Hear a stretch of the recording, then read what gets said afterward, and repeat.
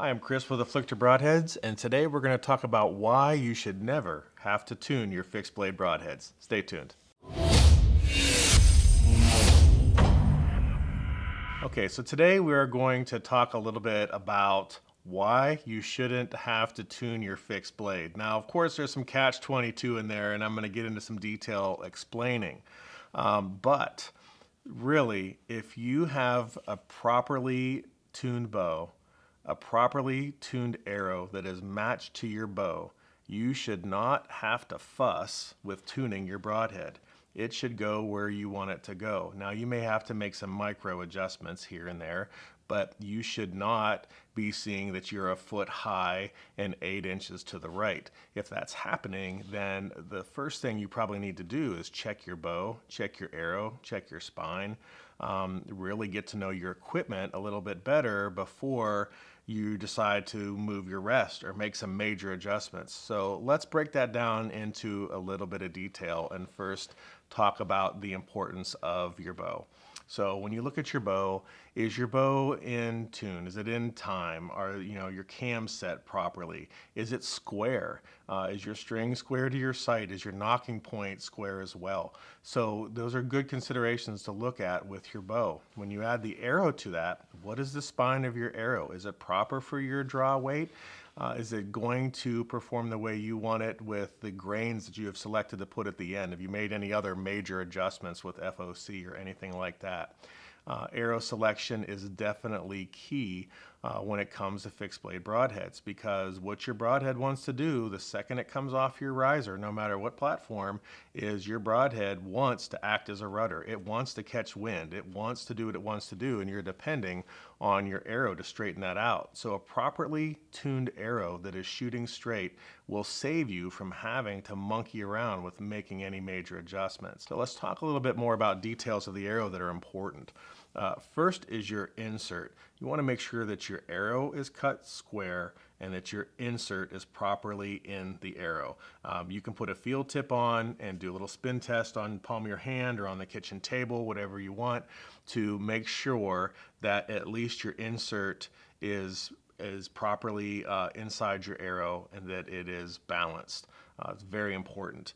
You should also do that with your broadhead. Screw it in, give it a spin, make sure that everything is true and that you're not having any problems with wobble or anything else. Now, you can have several different problems. First, your broadhead may not seat properly into your insert. That's something you need to check. Or the broadhead itself may need some micro adjustments as far as how was the tip put on your broadhead. Is it a screw in? Is it insert? Is it a solid fixed blade? Then you don't have to worry about it.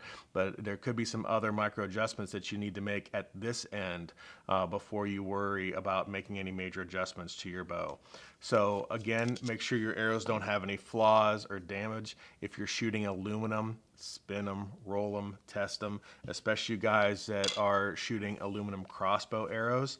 I know that they're still really popular, but that crossbow is really pushing a lot of heat, and even in your targets on these high-speed crossbows, if you're shooting aluminum, you may see some inconsistencies, and you'll see it when you're target practicing. You got 2 or 3 arrows that are hitting the mark and one's way over here.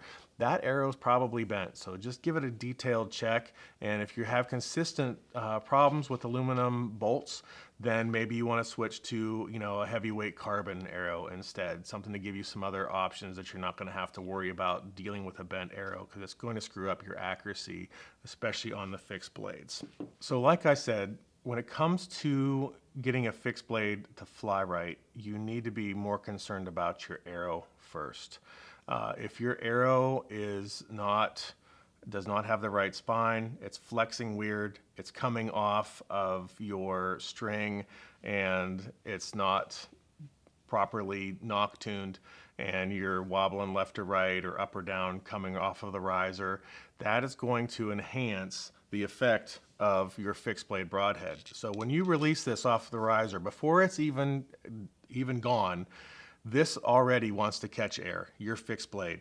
So when you imagine your fixed blade broadhead, no matter what you're shooting, you're going to see some things that will drastically enhance that. The size, of the Broadhead, of course, its shape. Does it have cutouts? Cutouts allow air to pass through, and that tends to make them a little bit more forgiving. Is it something that's really wide, that's solid blade, that's really going to act like a rudder? Because the second that comes off, the Broadhead wants to grab wind. Because as you can imagine that coming off a bow, it's already starting to twist. This is the first thing that's hitting air, and then out comes this. And what's your fletching do? Your fletching has to correct all the mistake happening at this end. So if you're having a tremendous amount of problem, one of the other things you can look at is your fletching.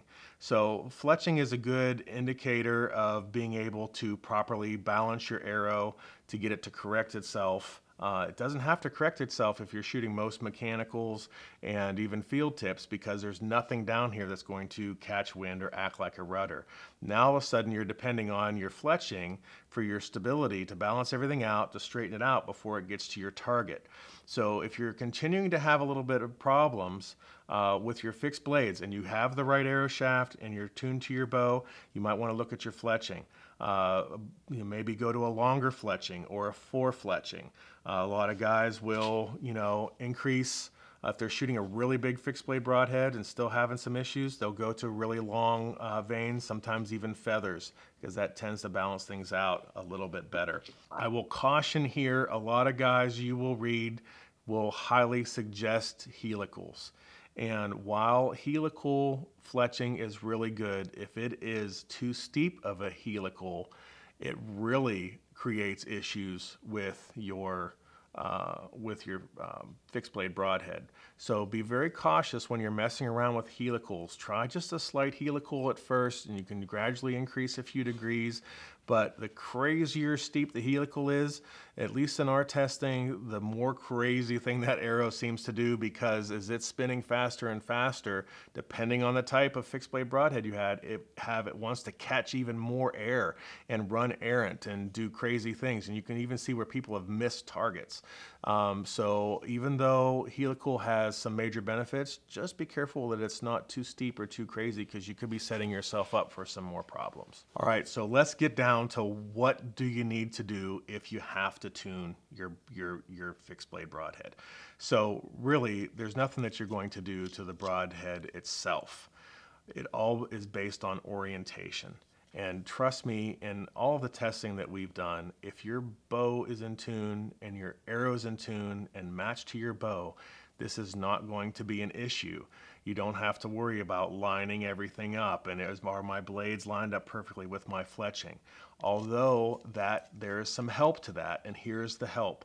You should always have your fixed blades oriented the same way on all your arrows, so they are all catching wind at the same point, same time, and flying the same way. So what I mean is, it is a very good idea to index your fixed blade broadhead to your shaft, your fletching, however you want to do it, but make sure that it's consistent on all of your hunting arrows. So if you're lining this up and you go ahead and you adjust your insert and heat it up and twist everything over so you're lined up, just make sure it's the same on all of your broadheads.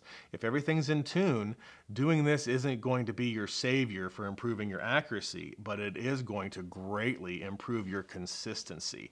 So having that consistency across all your arrows is key. And I'm sure that any of you that are shooting, more than a few arrows at a time, know that it always seems to be one arrow that's doing something goofy. If you inspect that arrow, most often you will find it's a problem, and there's a problem with it. And if you can't see it on the outside, sometimes it's as simple as when somebody glued the insert in, there's a ton of glue laying on one side, or a big glob of glue somewhere that you don't know. Same thing with your nocking point, or your nock. So, there's a few little key minor things that you can look at, but orientation, lining your blades perfectly with your fletching, if everything on your setup is cool, is not the concern. But having it done consistently across the board so they all match each other will be a huge help to you. Hey, if you have any questions, you can drop them below, or you can get on our website at afflictorbroadheads.com, ask us anything you want at any time, or give us a call. And while you're here, give us a thumbs up and a like, and make sure you subscribe for more videos. Thanks for watching.